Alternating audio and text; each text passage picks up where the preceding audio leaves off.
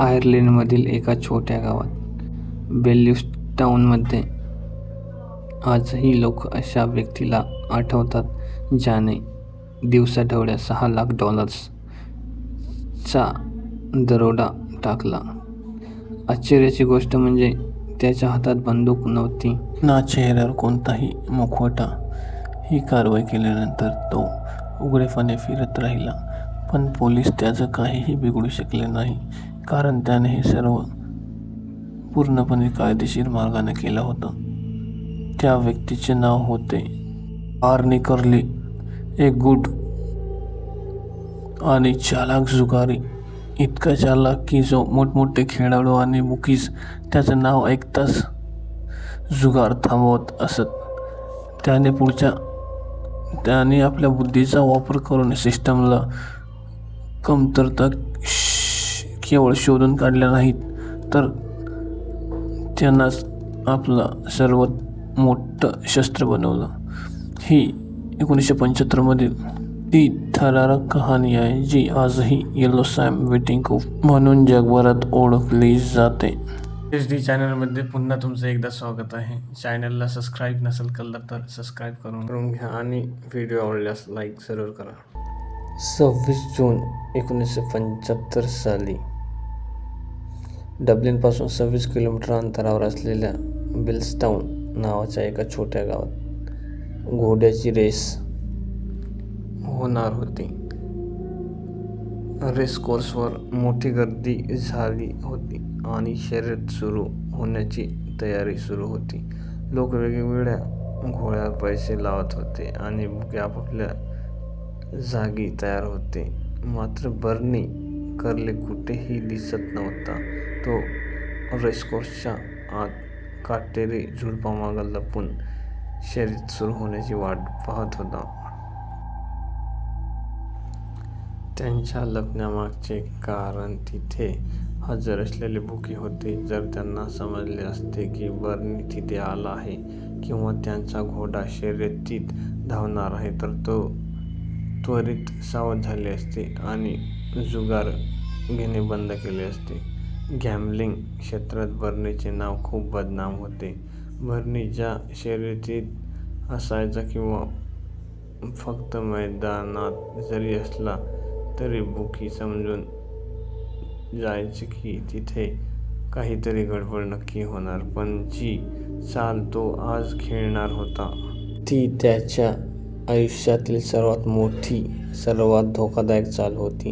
Bernie curly हा असा माणूस होता ज्याने आपल्या स्वतःच्या वडिलांना सुद्धा सोडले नाही. त्याचे वडील चार्ली कर्ली ग्रेहाउंड्स कुत्रे ट्रेन करायचे आणि त्याच्या शर्यती लावून जुगार खेळायचे. हे शर्यतीच्या शेवटच्या क्षणी आपल्या सर्वात सुस्त कुत्र्याला ड्रग्ज देऊन त्याला वेगाने धावण्यास भाग पाडायचे आणि सर्व पैसे त्याच कुत्र्याला लावायचे. जेव्हा बर्नी 15 वर्षाचा होता तेव्हा चार्लीने त्याच्या कुत्र्याला औषध घातलेले मांस देण्यासाठी सांगितले, पण बर्नीने जाणीवपूर्वक तो मांस त्या कुत्र्याला दिले नाही. पुढच्या दिवशी शर्यतीत तो कुत्रा हरला आणि चार्लीचे मोठे नुकसान झाले. बेटिंगमध्ये एक जुगारी असतो जो घोड्यावर पैसे लावतो. जर त्याचा घोडा जिंकला तर त्याला पैसे दुप्पट, तिप्पट काही रेट दर ठरलेला असतो तो मिळतो. हे दर ठरवायचे काम बुकी करतो. जर एखादा घोडा सुस्त असेल तर त्याच्या जिंकण्याची शक्यता कमी असते, म्हणून त्याचा रेट सर्वात जास्त असते. जसे 1 ला 20 म्हणजे ₹1 लावा आणि तो जिंकला तर ₹20 घेऊन जा. चार्लीने आयुष्यभर आपल्या सुस्त कुत्र्यांना औषधाच्या मदतीने चपळ केले आणि चपळ कुत्र्यांना सुस्त केले. अशा प्रकारे तो बुकींना फसवू लागला. पण 1956 मध्ये एका घटनेमुळे चार्ली कर्जात बुडाला. औषधाच्या चुकीच्या परिणामामुळे त्याचा कुत्रा केवळ शर्यतीत हारला नाही तर पडल्यामुळे त्याच्या पाठीचा कणा सुद्धा मोडला. या एका हरण्याने संपूर्ण कुटुंबाला कर्जाच्या दलदलीत ढकलले. बर्नीला शाळा सोडावी लागली आणि एका फॅक्टरीत मजुरी करावी लागली. पुढील 18 महिने दोघांनी दिवसरात्र मेहनत केली आणि जे कमावले ते सर्व बुकींना परत करण्यासाठी खर्च झाले. यानंतर बर्नीने आयुष्यात अनेक कामे केली, पण प्रत्येक ठिकाणी त्याला केवळ नुकसानच झाले.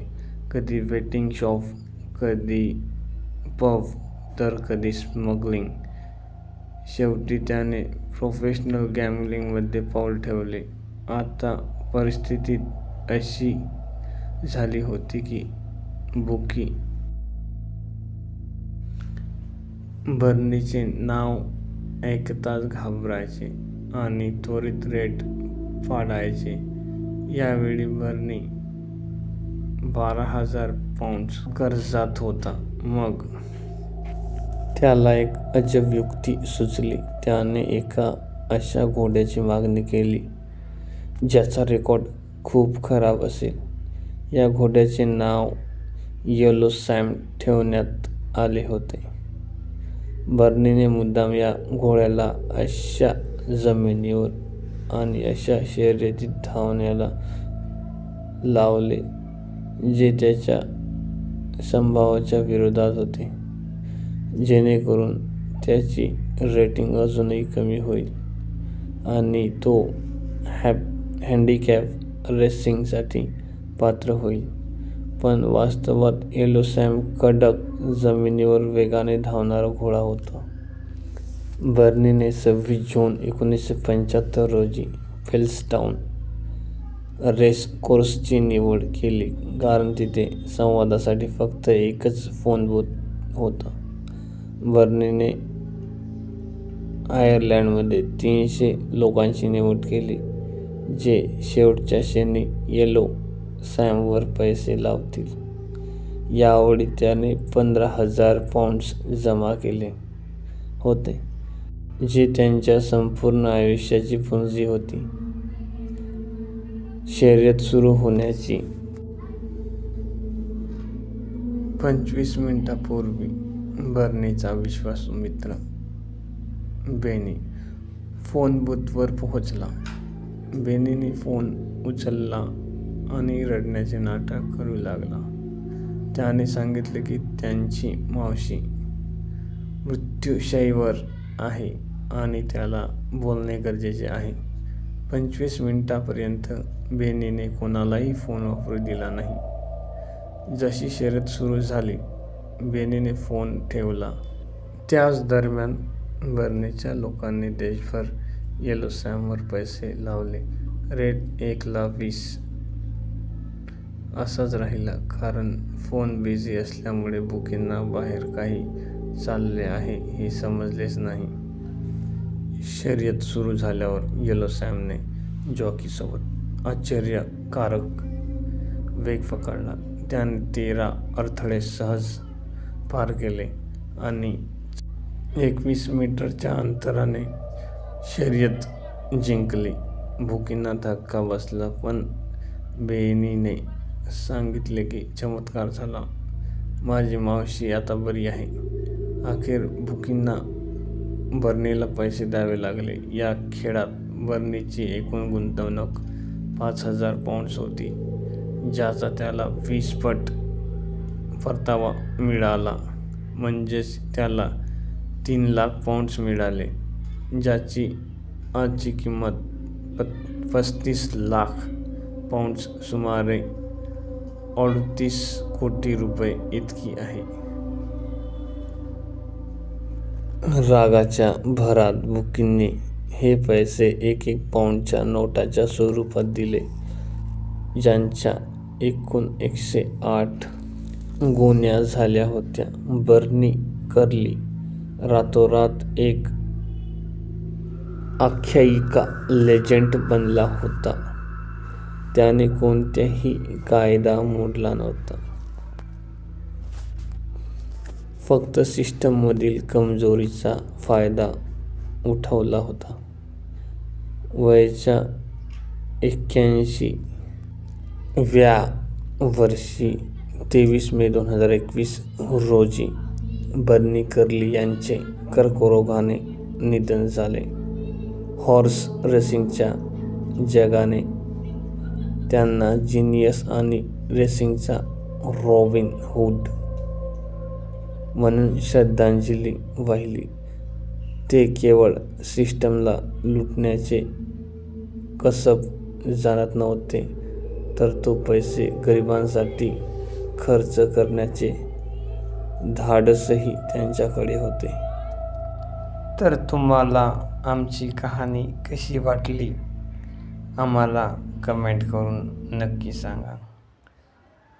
तुम्हाला अगर आवडली असेल तर लाईक, सबस्क्राईब जरूर करा. धन्यवाद.